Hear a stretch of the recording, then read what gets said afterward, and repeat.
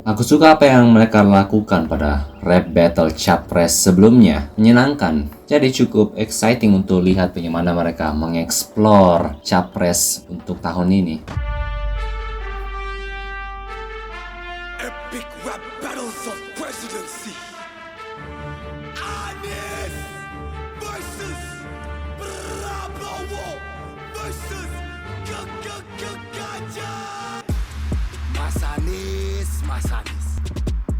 Mas Ganjar, Mas Ganjar. Sorry ya.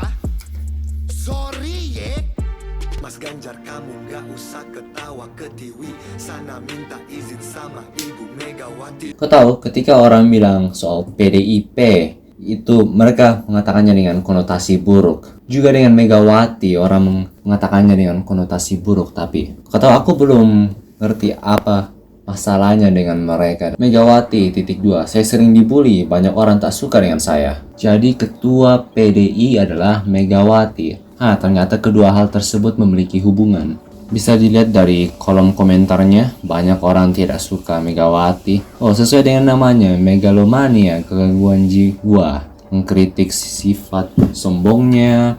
Terus pemerintahan saja sudah harus pindah ke Jogja. Kukira dari awal Jakarta saja yang sudah dari awal menjadi ibu kota. Ternyata menurut artikel ini, sebelum Jakarta udah ada ibu kota di daerah lain. Setelah proklamasi kemerdekaan 1945, kondisi keamanan di Jakarta itu tidak menentu sehingga Jogja dijadikan pilihan sebagai ibu kota. Itu merupakan tawaran dari Sultan Hamengkubuwono pada 4 Januari 1946. Pernah juga dipindahkan ke Bukit Tinggi, Provinsi Sumatera Barat, karena waktu itu Jogja jatuh ke tangan Belanda sehingga pemindahannya ke Bukit Tinggi merupakan keputusan darurat. Di Aceh juga pernah terjadi selama seminggu. Ternyata pemindahan Jakarta ke Kalimantan yaitu IKN, kabar rencana exciting baru saat ini, bukanlah hal yang unik.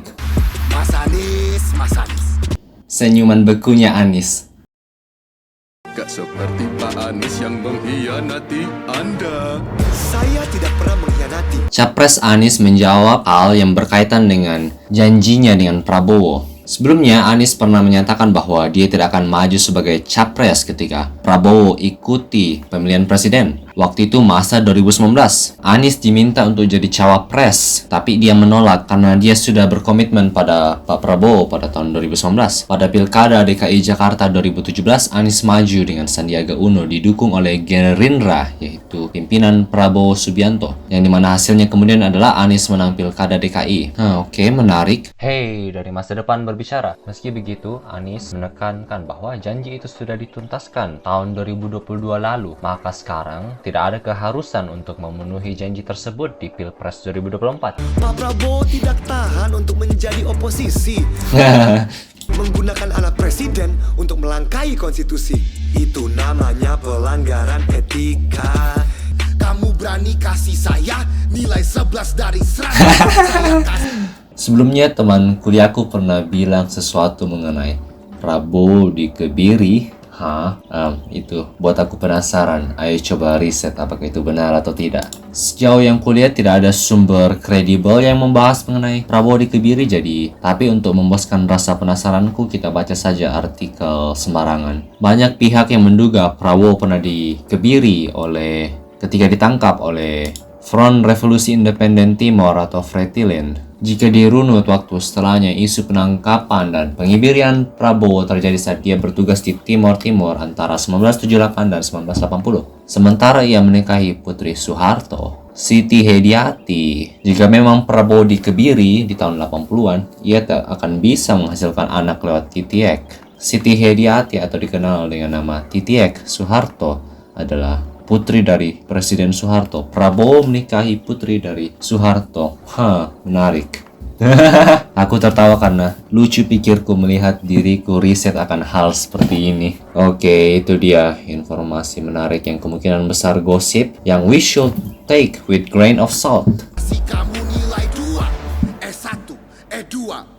Bapak nggak bisa menangkan tanpa dukungan mereka. Pemilihan Gubernur Jakarta 2017 dibincangkan banyak pihak karena kasus penistaan agama oleh Ahok. Tindakan itu memunculkan reaksi oleh kelompok masyarakat muslim tertentu yang dipelopori oleh FPI. Temuan menunjukkan bahwa aksi 212 memiliki peran besar dalam membantu Anies Sandi menang dan pemanfaatan kepercayaan masyarakat dengan menggunakan interpretasi hukum Islam.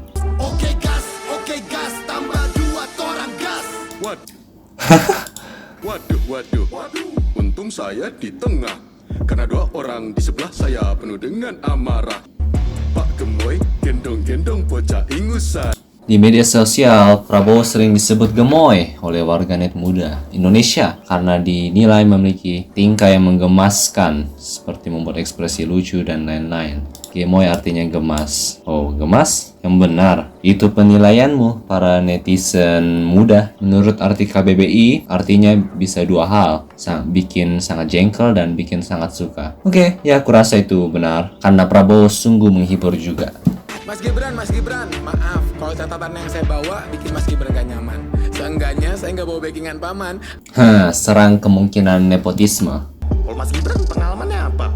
Oh, jadi wali kota Solo, tapi kok mukanya masih plonga-plongo? Susu asam sulfat itu adalah penempatan referensi secara implisit yang bagus, juga multifungsi karena penempatannya setelah penyebutan plonga-plongo yang berarti orang bingung-bingung, ditambahi susu yang mengimplikasikan kekanakan dan kesalahan ucapan asam sulfat dikaitkan dengan plonga-plongo. Istilah Samsul berasal dari Gibran yang keselio lidah di sebuah acara akhir Desember 2023. Ia salah mengucapkan asam sulfat padahal yang dia maksud adalah asam folat. Mas Ganjar masih di sini. Rakyat juga tahu pemilu sekarang tentang saya dan orang ini. Ya benar, yang merebut lampu sorot adalah Anies dan Prabowo ketika debat, sedangkan Ganjar berdiri di bayangan kedua orang ini. Orang yang apapun masalahnya, solusinya makanan gratis. Karena dia sudah terlalu tua untuk berpikir kritis.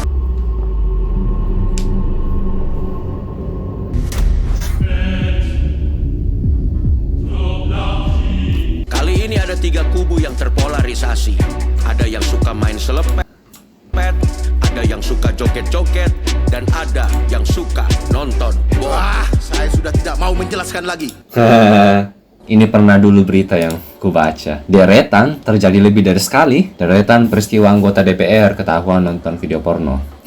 Kukira terjadi 1 kali, ternyata lebih. Perbuatan ini yang ketahuan nonton video porno dalam sidang kembali terjadi. Orang yang Sebuah video singkat menjadi viral. Video itu memperlihatkan seorang dari tampak belakang dinarasikan sebagai anggota DPR menonton video porno di handphone.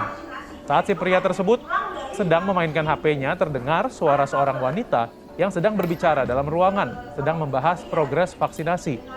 Oh, kayaknya yang disinggung tadi di Repet adalah bukan kasus DPR nonton porno, tapi Ganjar nonton porno. Pernah dia bilang begitu di podcastnya Deddy Corbuzier. Piye kabare, enakan zaman kuto. Bener aja.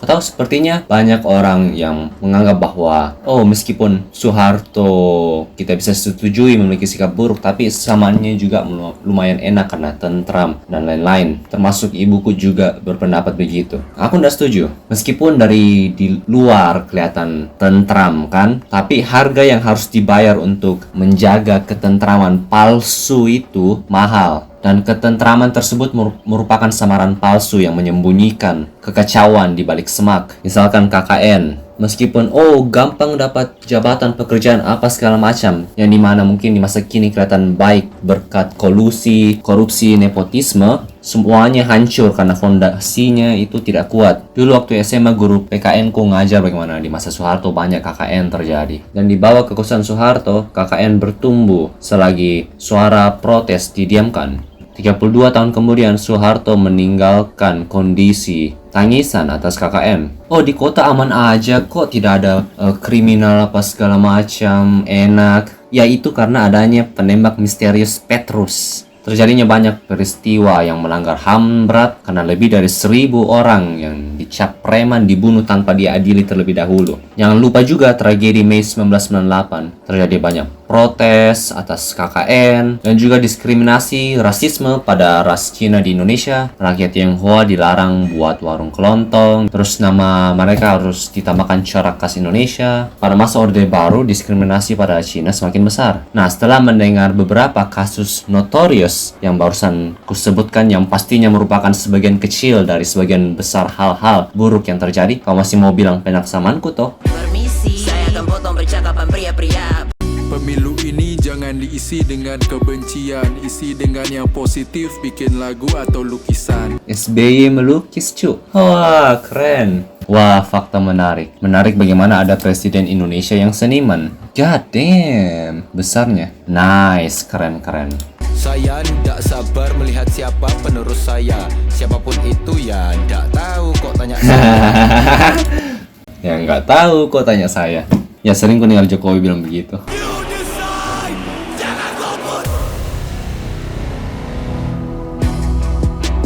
Nice, bagus dan menyenangkan. Sekian videonya, subscribe untuk konten seperti ini lagi.